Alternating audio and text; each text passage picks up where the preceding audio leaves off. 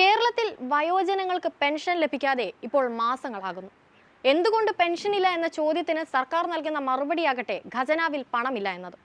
എന്നാൽ പ്രതിസന്ധിയില്ലാതെ പെൻഷൻ നൽകാൻ എന്ന കാരണം ഉന്നയിച്ച് സർക്കാർ ഇന്ധന സെസ് പിരിച്ചതെല്ലാം എവിടെ എന്ന ചോദ്യത്തിന് ഇന്നേ വരെ തൃപ്തികരമായ മറുപടി നൽകാൻ സർക്കാരിന് സാധിച്ചിട്ടില്ല.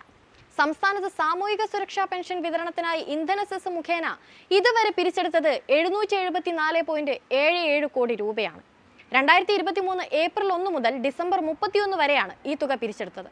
ഇന്ധന സെസ് ഇനത്തിൽ ലഭിക്കുന്ന തുക സംസ്ഥാനത്തിന്റെ സഞ്ചിത നിധിയിൽ വരവ് വയ്ക്കുകയാണെന്നാണ് ചീഫ് സെക്രട്ടറി അറിയിച്ചത്.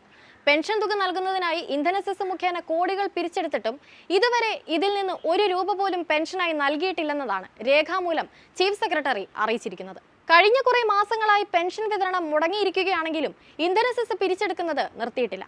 വിവിധ സാമൂഹ്യക്ഷേമ നിധി ബോർഡുകളിൽ അംഗങ്ങളായ 6.7 ലക്ഷം പേർക്കുൾപ്പെടെ 57 ലക്ഷത്തോളം പേർക്കാണ് പെൻഷൻ നൽകുന്നത്.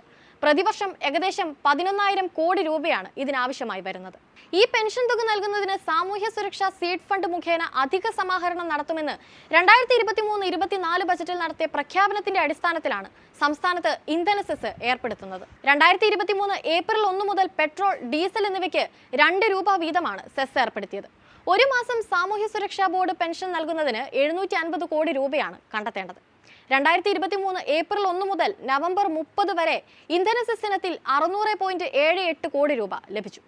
ഇതെല്ലാം എവിടെ പോയി എന്നതാണ് ഇപ്പോഴത്തെ പ്രധാന ചോദ്യം. പെൻഷനില്ലാതെ നിരവധി വയോജനങ്ങൾ ബുദ്ധിമുട്ടുന്നതും പെൻഷന് വേണ്ടി തെരുവിലിറങ്ങി പ്രതിഷേധിക്കുന്നതുമെല്ലാം സർക്കാർ ദിവസവും കണ്ടിട്ടും പെൻഷൻ നൽകാൻ എന്ന പേരിൽ ഇന്ധന സെസ്സിലൂടെ വാങ്ങിക്കൂട്ടിയ തുക എന്ത് ചെയ്തു എന്നതിന് മറുപടിയില്ല.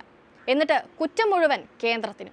ശരിക്കു പറഞ്ഞാൽ കേരളം മുച്ചൂടും മുടിക്കുക എന്നത് മാത്രമാണ് പിണറായി സർക്കാരിന്റെ ലക്ഷ്യമെന്നതാണ് ദിവസം തോറും പുറത്തു വരുന്ന തെളിവുകളും കണക്കുകളുമെല്ലാം തുറന്നു കാട്ടുന്നത്.